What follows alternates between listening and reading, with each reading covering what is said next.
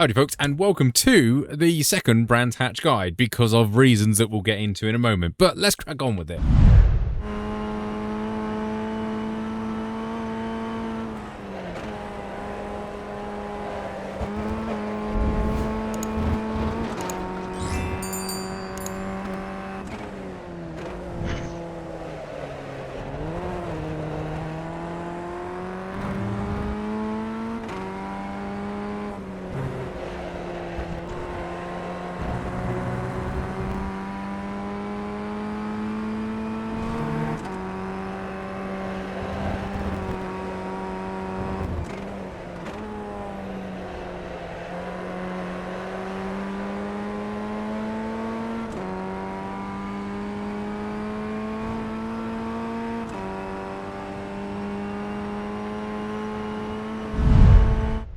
Right then, fast lap done and dusted. And in a nutshell, iRacing, right, literally it is 4 hours from when they announced it that they changed it from the GP circuit to the Indy circuit.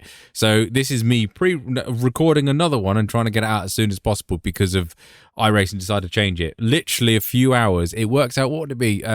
7 hours before week one goes live. So yeah, anywho, info tab for you. We are using the fixed Brands Hatch INDY setup, which we used in the other track guide, but we're just using it on a different circuit this time. 80 Fahrenheit track temp, and we got a clean track of 3%. Never seen it clean before. So yeah, it wasn't too bad out there, to be honest. But yeah, have a look in the test session. This was actually taken from a test session from live on the servers. So it should be what we should be racing in week one.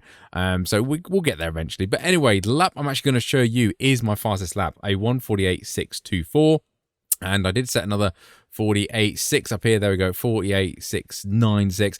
Literally, it's going to be hundreds of tenths around here because it is so close here. It's a short circuit, so the really minuscule things are actually going to matter quite a lot. What else do I show you around here? The split time, so you can actually focus on a sec time or a few number of corners. There's only 3 sectors around here, and they're very, very quick. And the other thing above my head will be my Discord, where the OLAP, BLAP, turn sheet, and replay file will all be hidden for you in there. Otherwise, be careful of this corner, as you'll see above my head, because it is actually quite easy to cut the corner a bit too much and lose grip on the rear end, and then you just go pirouetting on the grass, which is great fun, but not exactly brilliant for lap time, so bear that in mind. And also turn one, got a clip of turn one where I decided to take an alternative route as well, so be cautious around there about the rear end. Try and keep it as on top as you can with the rear end. It is quite slippery. Otherwise, I think that's everything, so let's crack on with the breakdown lap. Right then, Brands Hatch, and are you getting a sense of deja vu? Because I definitely am, but we're heading up to turn one at the point, and we're looking for the 100-meter board, and just after it, so a couple of car lengths after it, we're braking nice and easy, down to the third gear, just at the end of the grass there, use that as a turn-in point, which is nice.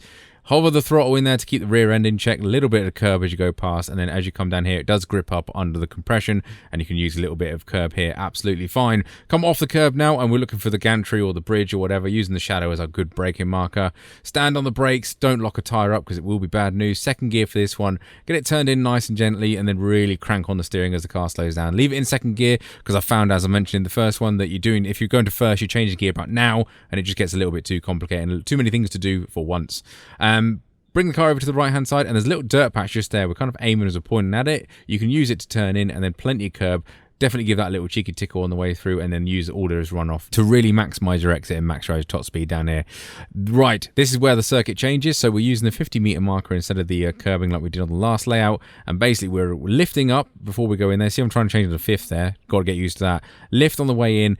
Balance that curb as best you can. Be careful because you can oversteer. And this curb here, once you go straight over the top of it, you want to start braking, let the car drift out to the left-hand side, and then really cut it back for a late apex. I do miss the apex curb here, but all I'm trying to do is just keep momentum up. So I'm not too worried about it as long as I keep the speed up, but ideally I should be a couple of car wins over on that curb to really maximize it. Be careful of the understeer and going wide on the grass. That will really be bad news for you, but otherwise that is a lap done and dusted. Very quick lap round here.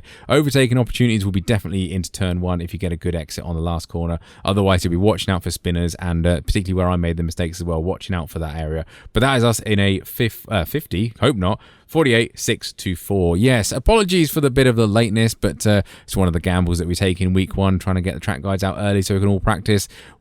Luckily, there is technically only 2 corners different from, the normal GP layout. So focus on them 2 corners. You should be absolutely golden. So if you have practice on the full circuit, you haven't wasted your time.